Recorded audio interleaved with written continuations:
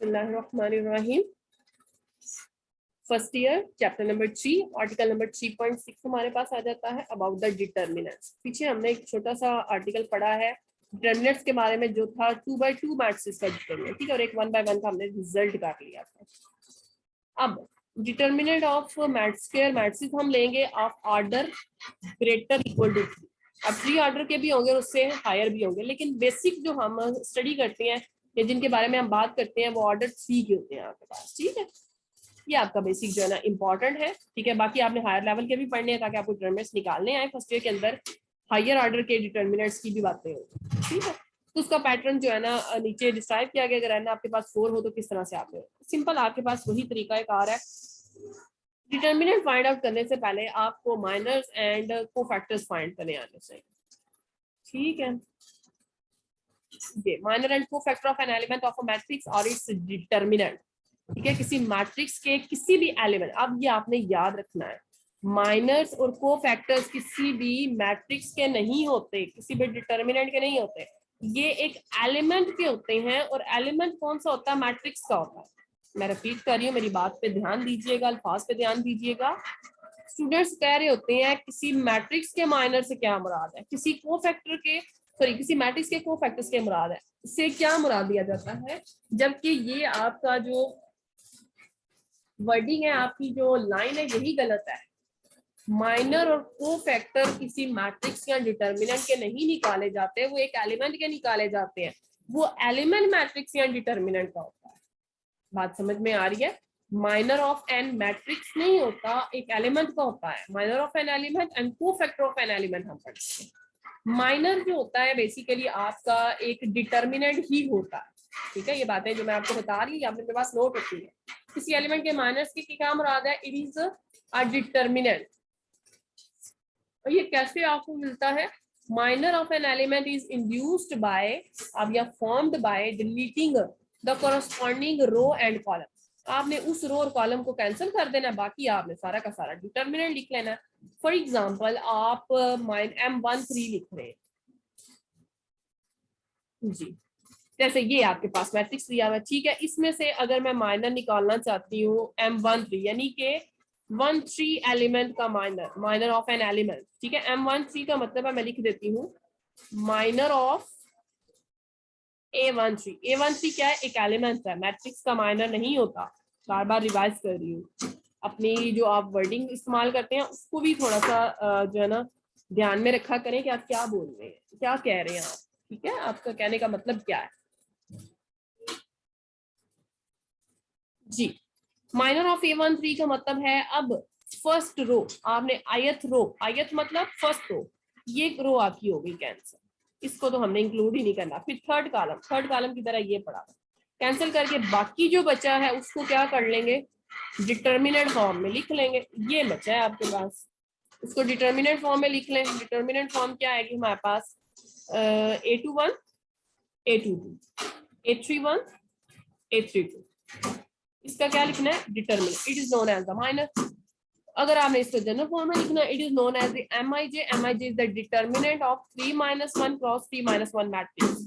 ये 3-1 मैट्रिक्स और 3-1 मैट्रिक्स का प्रोडक्ट आता है आपके पास, formed by deleting the ith row and jth column of A, ठीक है। आप क्या करते हैं? उसको डिलीट कर देते हैं। अब आप देखें ये जो उसने बात बताई है, ये आपके पास किस तरह से ऑर्डर 3 का मैट्रिक्स था ना, तो उतने ऑर्डर का आपने इसमें से माइनस करना होता है। ये वैसे होता है n-1 क्रॉस n-1 होता है। ये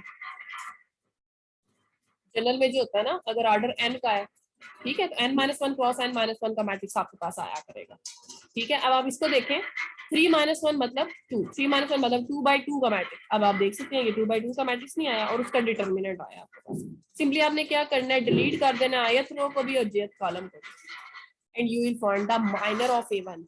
एंड कोफैक्टर का क्या मतलब होगा? कोफैक्टर का मैं यहीं पे डिफाइन कर रही हूँ। कोफैक्टर ऑफ एन एलिमेंट, यही इसी का मैं अगर कोफैक्टर निकालना चाहती हूँ, A13 का मतलब होगा -1 की पावर जो ith रो और jth कॉलम, यानी कि फर्स्ट रो है और jth कॉलम है, थर्ड कॉलम है, उसका सम और साथ में माइनर उसी का, ठीक है। तो यहाँ से आपको क्या इंफॉर्मेशन मिलती है? माइनर जो होता है एक कोई भी स्केलर या नंबर होता है आपके पास, ठीक है। और जो कोफैक्टर होता है ये बजाते हुए एक मैट्रिक्स होता है।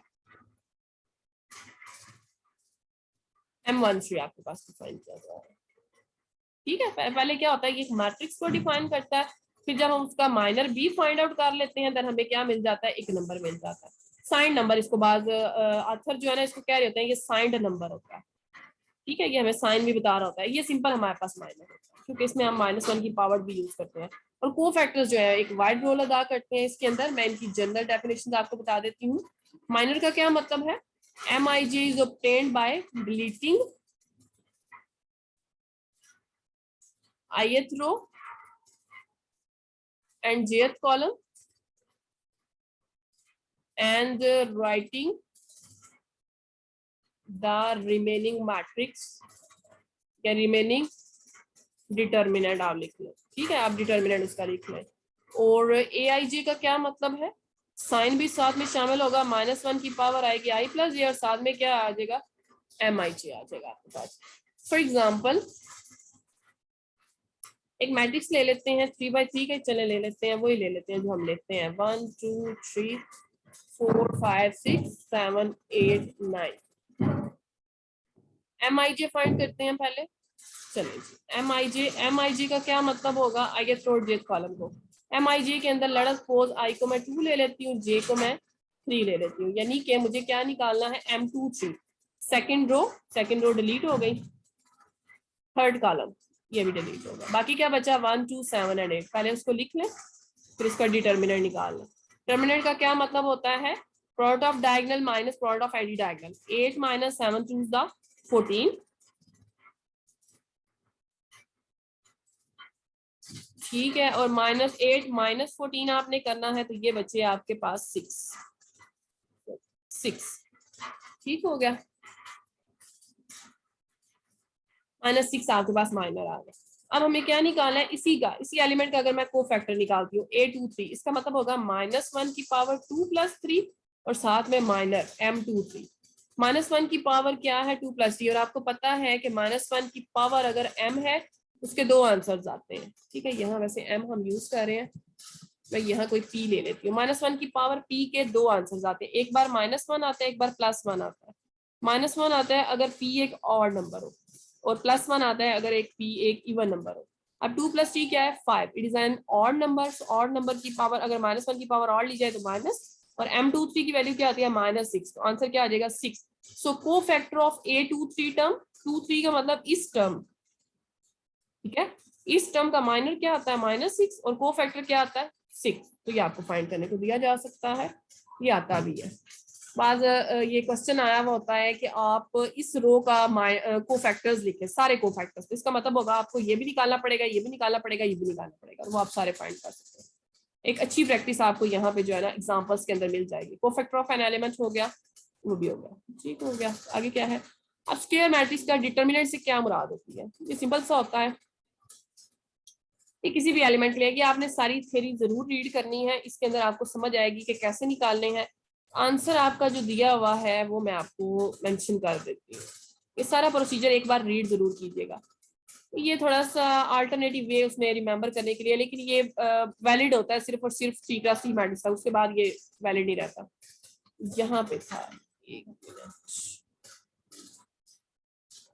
जनरल, अच्छा यही दिया था, ये देखिए। अब आपको पता है कि आप मैट्रिक्स को किसी भी एलिमेंट के लिहाज से एक्सपैंड कर सकते हैं। तो ये 2 आपके जो है ना फॉर्मूलाज पड़े हैं, इनको आपने रीड कर लेना है। जैसे ये वाला अगर आपका पड़ा हुआ है, इसको अगर मैंने एक्सपैंड करना है तो उसका क्या मतलब आएगा, वो चले इस सी का डिटर्मिनेंट का, मैट्रिक्स का डिटर्मिनेंट लिखते हैं। आपने क्या करना है, जितना भी एलिमेंट है, पहला एलिमेंट अगर मैं फर्स्ट रो के लिहाज से इसको एक्सपैंड कर रही हूँ, ठीक है, डिटर्मिनेंट एक्सपैंड करने का मेथड होता है आपका, A11 है, और साथ में फिर क्या आएगा, उसी A11 का क्या आएगा, cofactor capital A11 plus A12 capital A12 plus A13 capital A13, that would be the determinant. बिल्कुल आप किसी भी रो के लिहाज से निकाल सकते हैं, आप किसी भी कॉलम के लिहाज से, ये इक्वल होगा आपके पास, कोई भी आप ले लें अगर आपने रो के लिहाज से करना है। इसी तरह आप अगर सेकंड रो के लिहाज से लगते हैं तो भी आंसर सेम आएगा, आप ये सारा वेरीफाई कर सकते हैं।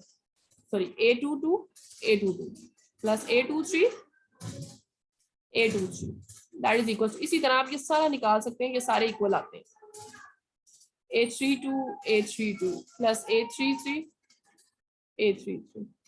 ठीक है, ये मैंने रो वाइज आपको एक्सपैंड करके बताया, पहली रो से, सेकंड रो से, थर्ड रो से, इसी तरह आप कॉलम के लिहाज से भी इसको एक्सपैंड कर सकते हैं, वही आपके सेम आंसर्स आया करेंगे। ठीक है, अब इसको वेरीफाई भी कर सकते हैं। जी नेक्स्ट हमारे पास क्या है, ये एग्जांपल्स दी हुई है। ठीक है, अब आपको डिटर्मिनेंट निकालना आ गया, आप इनको एक्सपैंड करके इनके डिटर्मिनेंट्स एवेलुएट कर सकते हैं।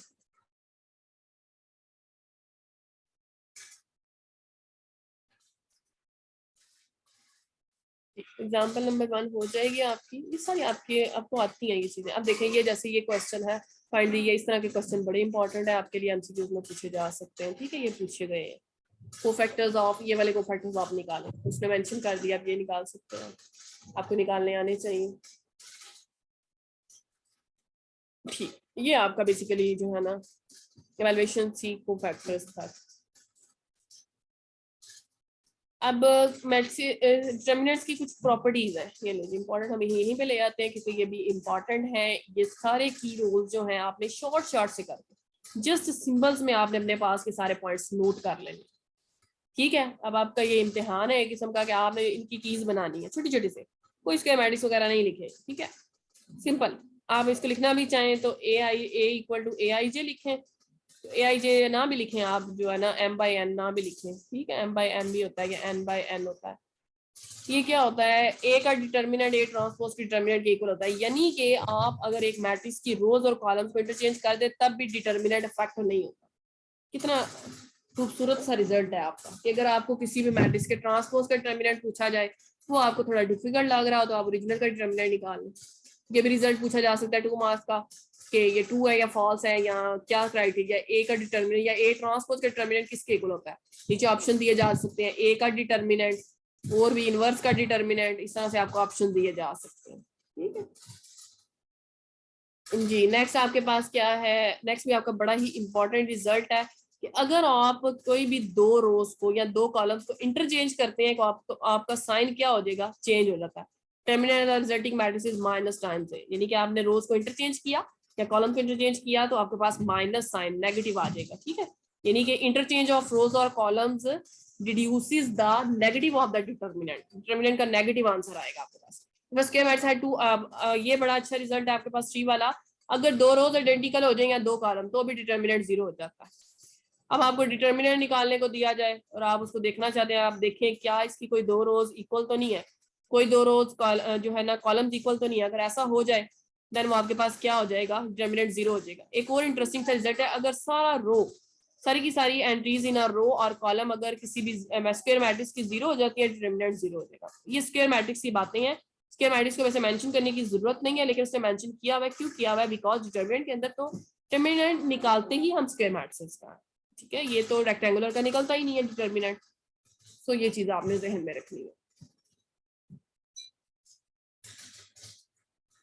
नेक्स्ट आपके पास आ जाता है कि अगर ये बड़ा इंपॉर्टेंट और बड़ा ही जो है ना आपके लिए इंपॉर्टेंट है, ये इसकी अगर मैट्रिक्स फॉर्म अगर मैं आपको बताऊं, ये होती है k times a determinant equal होता है k times a determinant of है, यानी k a determinant is equal to k times a determinant.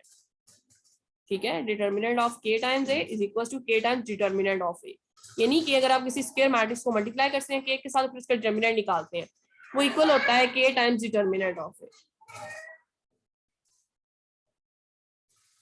ठीक हो गया। नेक्स्ट है if each entry of a row और a column of square matrix consist of 2 terms, अगर उसमें 2 टर्म्स पाए जाते हैं, फॉर एग्जांपल ये देखें, then it would be the sum of these 2 determinants. a11 plus b11 है, ठीक है, बाकी सारा वही है। एक बार a इसके साथ वैल्यूज लिखी जाएंगी, एक बार इसके साथ उसका सम ले ले, दोनों आंसर सेम आएंगे आपके पास। ठीक है, ये भी आप कर सकते हैं। बी ये देखें इसने बताया हुआ, इसमें मिस्टेक्स बड़ी हैं, ये इक्वल आएगा यहाँ पे, ये चीज है। ठीक है, देख रहे हैं इक्वल यहाँ लगा हुआ है, ये थोड़ा सा ना बस टाइपिंग मिस्टेक्स है, आप इनको देख लीजिएगा। बी डिटरमिनेंट का मतलब है ये वैल्यू इक्वल इधर आएगा प्लस इधर आएगा, ये इसके साथ में आएगा। 7th प्रॉपर्टी क्या है, to each entry of a row और अ कॉलम के matrix added a non zero multiple of the corresponding entry of another row और column, the determinant of the Z matrix is a determinant. यानी कि अगर आप एक matrix का determinant जब आप इवैल्यूएट कर रहे हैं और आप किसी भी एक रो या कॉलम के अंदर किसी दूसरी रो या कॉलम का स्केलर मल्टीपल ऐड करते हैं, नॉन जीरो मल्टीपल आप ऐड करते हैं, उसके डिटर्मिनेंट को कोई फर्क नहीं पड़ता। फॉर एग्जाम्पल मैं छोटी सी एग्जाम्पल आपको देती हूँ। ए मैट्रिक्स हम ले लेते हैं 1 2 3 4, डिटर्मिनेंट फाइंड करें। 4 - 6, 3 2 6 हो गया, -2 आ गया। अब देखें ए इक्वल है, ठीक है, डिटर्मिनेंट फाइंड कर रही हूँ। ए का डिटर्मिनेंट की बातें हो रही हैं 1 2, ये तो वैसे मैंने 2 × 2 का ले लिया, लेकिन मैं इसी में चलो आपको वैल्यूएट करके बता देती हूँ। अब 3 × 1 करें और इसमें ऐड कर ले 1 2 एज इट इज पड़ा हुआ है 3, यानी कि मैं R2 + 3 × R1 कर रही हूँ, तो 3 + 3 आ जाएगा और 4 + 3 2 6 आ जाएगा। 1 2 3 + 3 6, 6 + 4 10, ये क्या आ जाएगा 10 - 6 2 12, दैट इज इक्वल टू -2। ये देख लें डिटर्मिनेंट का आंसर सेम है।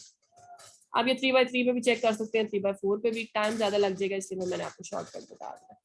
नेक्स्ट क्या है, if a matrix is in triangular form, अगर एक मैट्रिक्स ट्रायंगुलर फॉर्म के अंदर है देन उसके डिटर्मिनेंट का बड़ा ही आसान है। ट्रायंगुलर फॉर्म और आसान कर देती है डिटर्मिनेंट को। अगर आपकी फॉर्म ट्रायंगुलर दी गई है देन उसका determinant product of the diagonal entries हो जाएगा, entries on the main diagonal. Simple. Triangular form आपके पास क्या होती है, ट्रायंगुलर मैट्रिक्स का मतलब होता है कि आपके नीचे ट्रायंगल बनेगी या ऊपर बनेगी, यानी कि अगर ये आपके सारे एलिमेंट 0 हो जाते हैं तो ये आपका लोअर ट्रायंगुलर हो गया। ट्रायंगल बन गया ना नीचे की तरफ, ये देखिए ये ट्रायंगल सी बन गई है। और अगर आपके नीचे वाले 0 हो जाते हैं, ये मेन डायगोनल के नीचे वाले आपके ऊपर ट्रायंगल बनती है, तो ये अपर ट्रायंगुलर है। ठीक है, तो जो ट्रायंगुलर होता है वो हमारे पास लोअर ट्रायंगुलर या अपर ट्रायंगुलर क्या कहलाते हैं, ट्रायंगुलर। तो ऐसे मैट्रिक्स का डिटर्मिनेंट क्या होता है, product of its main diagonal. ठीक है, एंट्रीज। आगे आपके पास ये प्रॉपर्टीज के प्रूफ हैं, इनको आप इजीली रीड आउट कर सकते हैं और आप इनको समझ भी सकते हैं कैसे ये प्रॉपर्टीज, इनको जरूर पढ़ा करें, इससे आपको जो है ना मोर नॉलेज मिलती है कि ये प्रॉपर्टीज होल्ड कैसे करती है। नेक्स्ट अब आपके पास आसान सा काम है, मैट्रिक्स बड़ा होगा, आपके इंटरेस्ट का काम है। अब आप डायरेक्ट भी इसको वैल्यूएट कर सकते हैं और आप रो ऑपरेशन या कॉलम ऑपरेशन लगा के भी इनको सॉल्व कर सकते हैं। आप किसी कोई भी चेक करके तो इनको वैल्यूएट कर लिया करें। ठीक है, विदाउट एक्सपेंशन, एक्सपेंशन नहीं करनी और आपने शो करना है ये 0 के इक्वल है। 0 के इक्वल करने के लिए हम क्या करेंगे, अब यहाँ पे देखें इसके अंदर आपको चार्ट, जैसे यहाँ x की टर्म्स है, इस रो को इसमें से माइनस कर दें, यहाँ से x खत्म हो जाएगा। जब यहाँ से x खत्म हो जाएगा हमारे पास एक सिंपल फॉर्म है, इसमें से x कॉमन ले लें, 1 1 1 आ गया। उसी तरह से आप उसमें ऐड करके थोड़ा सा इन दो रोज को हम ऐड करें तो भी यहाँ पे 1 1 1 आ सकता है। सो उसी को यूज करते हैं, उसने क्या किया, दो रोज को सॉरी 2 कॉलम को आइडेंटिकल किया तो आंसर 0 हो गया। इसी तरह से आप ये सारी कंप्यूटेशंस कर सकते हैं। ठीक है, और इससे रिलेटेड आपके क्वेश्चन भी हो जाएंगे। पहले हम थोड़े से क्वेश्चन देख लेते हैं, फिर हम इनवर्स की बातें करेंगे। ये इधर आ जाते हैं एक्सरसाइज नंबर 3.3 पे। ये आपने डिटर्मिनेंट्स इवैल्यूएट करने हैं यूजिंग द एक्सपेंशन मेथड। ये आप एक्सपेंशन से भी कर सकते हैं, बाद में आप इनको किसी और तरह भी कर सकते हैं। नेक्स्ट है विदाउट एक्सपेंशन शो दैट इनका डिटर्मिनेंट 0 है। ठीक है, ये आपका बड़ा ही इंपॉर्टेंट क्वेश्चन है, मैंने आपको पहले भी बताया, बहुत ही इंपॉर्टेंट। गिनती लिखी हुई है दोनों तक। अच्छा, इसको ना एक और तरह से भी दिया जाता है, इसको उल्टी गिनती भी कीजिएगा, ये इसका आंसर भी निकालिएगा 9 8 7 6 5 4 1 2 3, यानी कि नीचे से गिनती शुरू करके ये डिटर्मिनेंट भी जरा वैल्यूएट कीजिएगा, एक प्रैक्टिस हो जाएगी आपकी। इसी तरह से नेक्स्ट देखें, नेक्स्ट में देखें उसने कहा शो करें इस चीज को, शो करने के लिए आपने उसको जो है ना सेपरेट करके भी चेक कर लेना। ठीक है, डिटर्मिनेंट निकालेंगे ना, इसका आंसर चेक करेंगे और इसका आंसर चेक करेंगे, सेम आएगा। बिल्कुल उसी तरह ये सारी आपने जो है ना इक्वालिटी प्रूफ करनी है इनके अंदर, तो आप सॉल्व करके यूजिंग कंप्यूटेशंस करेंगे। ये आप सारी प्रैक्टिस आपको बड़ी अच्छी पड़ी है, ये प्रैक्टिस इन क्वेश्चंस को एक एक क्वेश्चन को सॉल्व कीजिएगा, देखिएगा आपको बड़ी इंफॉर्मेशन आपके हैंड्स पे ग्रिप कितनी आएगी। ठीक है, ये को फैक्टर्स एंड माइनस वाला क्वेश्चन है, बहुत इंपॉर्टेंट है ये चीज है, ये बहुत इंपॉर्टेंट एक्सरसाइज है। Without expansion verify that, without expansion आपने वेरीफाई करना है ये इक्वल है। फर्स्ट क्वेश्चन ही बड़ा इंपॉर्टेंट है, लेकिन इंपॉर्टेंट इस पे आ गया। फिर ये वाला क्वेश्चन 4 भी इंपॉर्टेंट है, ये आपका सारा ही क्वेश्चन नंबर 5 सारा ही इंपॉर्टेंट है, फर्स्ट ईयर के व्यू के लिहाज से भी और वैसे भी आपका एमसीक्यू में पूछा जा सकता है इसका आंसर क्या आता है। अगर आपको डायरेक्ट सॉल्व करना आता है तो आप इजीली इसको कर सकते हैं। इसी तरह से क्वेश्चन नंबर 6 7 8 ये सारे आपके इंपॉर्टेंट है। फिर ये एक्स की वैल्यूज निकालने वाला भी आपका इंपॉर्टेंट है, अगर ये वैल्यू 0 के इक्वल है तो एक्स की वैल्यू निकालें। क्वेश्चन नंबर 6 भी इंपॉर्टेंट हो गया, इन वैल्यू डिटर्मिनेंट्स को इवैल्यूएट करें। जब हायर लेवल का आपका जो है ना सॉरी हायर ऑर्डर का डिटर्मिनेंट आ जाता है देन आप कोशिश करते हैं कि आप कोई सी 3 रोज या 3 कॉलम्स का एलिमेंट्स जो है ना कॉरेस्पॉन्डिंग 0 कर, जैसे 0 है तो इन दो को 0 कर लीजिएगा, इसके लिहाज से एक्सपैंड हो जाएगा। ठीक है, एक ही मैट्रिक्स बनेगा ये वाला। फिर इसी तरह से आप इसको इवैल्यूएट कर सकते हैं। क्वेश्चन नंबर 8 मोस्ट इंपॉर्टेंट है आपका, फिर डिटर्मिनेंट निकाला है। अब यहाँ भी आप एक जो है ना रिलेशनशिप कंस्ट्रक्ट कर सकते हैं, ए ट्रांसपोज के डिटर्मिनेंट और ए ट्रांसपोज ए के डिटर्मिनेंट के दरमियान।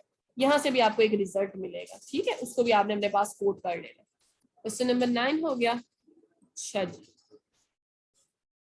ये बड़ा इंटरेस्टिंग सा रिजल्ट बना हुआ है और ये बहुत ज्यादा पूछा जाता है। ये वेरी, जितना इंपॉर्टेंट इसको लिखूं काम है, वेरी वेरी वेरी इंपॉर्टेंट है आपके पास।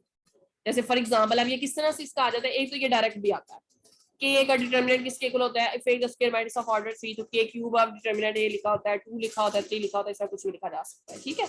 यूज इसका कैसे आता है कि वो बेसिकली आपको बताता है कि अगर ए का डिटरमिनेंट आपके पास 6 दिया हुआ है और के कोई भी स्केलर है,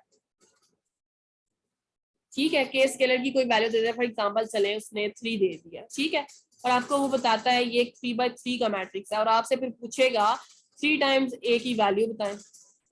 आप क्या करेंगे, सिंपली आपको पता है वो 3 का क्यूब और डिटरमिनेंट ऑफ ए होता है, बस आप इसको सॉल्व कर दो, कोई मुश्किल नहीं है। आपको पता है 3 टाइम्स 3 की का क्यूब, जितने ऑर्डर का मैट्रिक्स होगा इसको आप जनरलाइज भी कर सकते हैं। के टाइम्स ए का डिटरमिनेंट इक्वल होता है के की पावर एन टाइम्स ए, ठीक है, अगर ए आपके पास n/n का मैट्रिक्स है। ये 27 क्रॉस 6 आ जाएगा और इसको आप आंसर निकाल सकते हैं। हाँ, अब ये भी आपका इंपॉर्टेंट है, सॉरी, ये find the value of lambda if A and B are singular, अगर वो सिंगुलर है, ये भी इंपॉर्टेंट है आपका। इसका भी क्वेश्चन पूछे जाते हैं। ये मैट्रिक्स सिंगुलर है, सिंगुलर कैसा मैट्रिक्स होता है जिसका डिटरमिनेंट 0 के इक्वल और आपने लैम्डा की वैल्यू निकाली, तो ऐसे क्वेश्चन भी इंपॉर्टेंट होते हैं, ये आपके आ जाते हैं एमसीक्यूज के अंदर। फिर ये वाला भी इंपॉर्टेंट है, कौन सा मैट्रिक्स सिंगुलर है कौन सा नॉन सिंगुलर है। मैट्रिक्स दे सकता है आपको और पूछेगा ये क्या है, द मैट्रिक्स इज, पीछे ऑप्शन देगा सिंगुलर नॉन सिंगुलर, कोई स्केलर कर देगा कोई कुछ कर देगा, इन्वर्टिबल भी कर सकता है, बोथ ए एंड बी फिर कर देगा नॉन सिंगुलर और इन्वर्टिबल के लिए अगर नॉन सिंगुलर हुआ। तो इस तरह से आपके जो है ना एमसीक्यूज बहुत से बन सकते हैं। तो आपने एक्सरसाइजेज नहीं छोड़नी, आपने एग्जाम्पल्स नहीं छोड़नी, आपने रिजल्ट्स नहीं छोड़ने, छोड़ा कुछ भी नहीं है, पढ़ना सारा कुछ है जी। बस क्वेश्चन नंबर 12 तक ये आपका आर्टिकल हो जाता है जी। अगेन वापस चलते हैं अब इनवर्स के ऊपर, फिर हमारी एक्सरसाइज कंप्लीट हो जाएगी। किधर गया हमारा adjoint and inverse of a square matrix of order n greater equal to 3। Adjoint जरूरी है क्योंकि आपने पढ़ा था कि मैट्रिक्स का इनवर्स क्या होता है, ये जनरल भी यही होता है, ए इनवर्स इक्वल होता है urgent of A divided by determinant of A inverse ये होता है। Urgent of a 3x3 matrix है, इससे हायर लेवल का अर्जेंट क्या होगा आपके पास, और डिटरमिनेंट के डिटरमिनेंट तो आपने निकालना सीख लिया, ये आप कंप्यूट करना सीख गए, ठीक है। अगेन इसके लिए भी वही रूल है, नॉट इक्वल टू 0 के लिए बात होगी जी। तो अर्जेंट यहाँ पे क्या आया करेगा, अर्जेंट का बड़ा आसान सा है,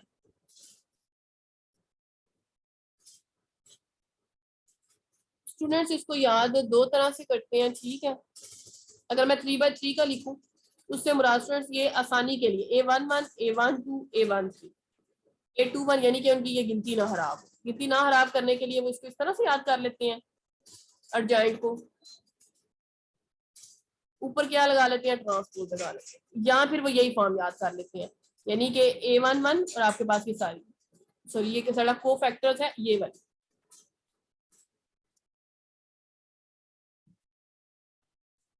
गया हाँ जी ये दी, सॉरी ये इसका ट्रांसपोज ले तो यही फॉर्म आती है A11 A12 A13 A21 A22 A3, आप दोनों में से जोन सी आपको इजी लगती है आप याद कर लें, ठीक है, जैसे आपको याद रहता है। ट्रांसपोज लेके भी वही बात है, ये भी सिंपल वही बात है, ठीक है। जैसे इसी तरह आप इसको जनरलाइज कर सकते हैं, तो जॉइंट आप इस तरह से निकाल लिया करेंगे, ये को फैक्टर्स है और आप इनको फाइंड कर सकते हैं। आसान सा क्वेश्चन है। अब आप इसका इनवर्स निकाल सकते हैं, हायर ऑर्डर का भी इनवर्स निकाले, अगर ए ये दिया हुआ है तो ये सारे के सारे इसने को फैक्टर्स निकाल लिए, निकालने के बाद वो उसका डिटरमिनेंट लिखेगा, उस डिटरमिनेंट का ट्रांसपोज भी ले सकता है, डायरेक्ट भी डिटरमिनेंट लिख सकता है, फिर उसको क्या करेगा डिटरमिनेंट के साथ डिवाइड करेगा और आंसर आ जाएगा, ठीक है। इसी तरह यहाँ पे रिजल्ट आ गया ट्रांसपोज का, तो ए बी का ट्रांसपोज किसके इक्वल होता है, ये बिल्कुल law of reversal of order जो आपने पढ़ा था ये भी उसी तरह से होता है, ठीक है। Law of reversal of order का क्या मतलब था, ए बी इनवर्स किसके इक्वल होता है, बी इनवर्स ए इनवर्स के, बिल्कुल उसी तरह प्रोडक्ट ऑफ मैट्रिक्स में ट्रांसपोज भी ऐसे ही करता है, बी ट्रांसपोज ए ट्रांसपोज के इक्वल होता है, इनवर्स भी ऐसे ही करता है, इसके अंदर भी ए बी इनवर्स इक्वल होता है बी इनवर्स ए इनवर्स, ये आप रिजल्ट्स को वेरीफाई कर सकते हैं जी। अब आपके जो बचे हुए क्वेश्चन थे वो भी हो जाएंगे। क्वेश्चन नंबर 13 जी, सिंगुलर के बाद 13 आ जाएगा, ए का इनवर्स फाइंड आउट करना, सबसे पहले आप इसके डिटरमिनेंट चेक करेंगे, अगर वो नॉन जीरो आता है देन उसका आप इनवर्स निकालेंगे, अदरवाइज नहीं निकालेंगे। फिर आपने शो करना है इनवर्स ए का आंसर आई3 आता है, वेरीफाई भी कर लेंगे। ए बी का इनवर्स, ये भी आपका रिजल्ट आ गया। ये सारे रिजल्ट जो मैं आपको बता रही हूँ कि हमें लिखते जाना है अपने पास। इनकी एक जो है ना आपने की पॉइंट्स की एक कलेक्शन इकट्ठी कर लेनी है जो आपके लास्ट पे आपको याद रहेगी और आप इसको बार बार रिवाइज करते रहिएगा। बस लिख के भूल नहीं जाइएगा, इसको रिवाइज करते रहिएगा। ये बड़ा ही इंपॉर्टेंट रिजल्ट है, बहुत बहुत बहुत इंपॉर्टेंट आपके रिजल्ट दिए हुए ये सारे। ये वाला रिजल्ट बहुत इंपॉर्टेंट है आपका। ए इनवर्स लेके फिर ट्रांसपोज लें या ट्रांसपोज का इनवर्स निकालें, दोनों बातें ठीक है। ए बी का inverse, B inverse, A inverse, A inverse का इनवर्स ए आता है, ठीक है। ये तो आपको पता है ना, सिंपल। जैसे अगर आप एडिशन में देखें, एडिशन में आपको पता है नेगेटिव ऑफ ए क्या होता है, ए होता है।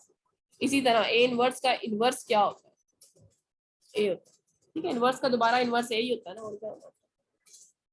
ए का इनवर्स ये है और इसी तरह से आपके पास। और ए इनवर्स का ट्रांसपोज, ए इनवर्स पहले ले लें फिर ट्रांसपोज ले लें, या ट्रांसपोज लेके उसका इनवर्स ले लें, आंसर सेम आएगा। कितना इंटरेस्टिंग सा क्वेश्चन है ये भी। ये जनरल रिजल्ट्स आपने याद रखने हैं। बस ये आपका एक्सरसाइज यहाँ तक कंप्लीट हो जाती है। इसको बार बार रिवाइज करें, मैं दोबारा से कह रही हूँ ये एक्सरसाइज पूरी ही इंपॉर्टेंट है और इसी में से क्वेश्चन में उठा सकता है। और यकीन करें मोस्टली जो क्वेश्चन होते हैं ये इन्हीं बुक्स में से होते हैं, कोई बाहर से नहीं आते, ठीक है। कौन इतना बैठ के तो अपने क्वेश्चंस लिखेगा फिर उनके सोल्यूशन निकालेगा फिर वेरीफाई करेगा, जबकि उनके पास इन बुक्स की कीज मौजूद होती हैं, यहीं से वो क्वेश्चंस उठा लेते हैं जो उनकी मर्जी हो, ठीक है। कोई कहीं भी जो है ना खला से नहीं आ जाते क्वेश्चन, किसी कहीं से नहीं आते, यही जो हमारी जो रेलिवेंट बुक्स होती हैं वहीं से आते हैं, ठीक है जी। चले इसको आप तैयार कर लें अच्छे से। Thank you very much.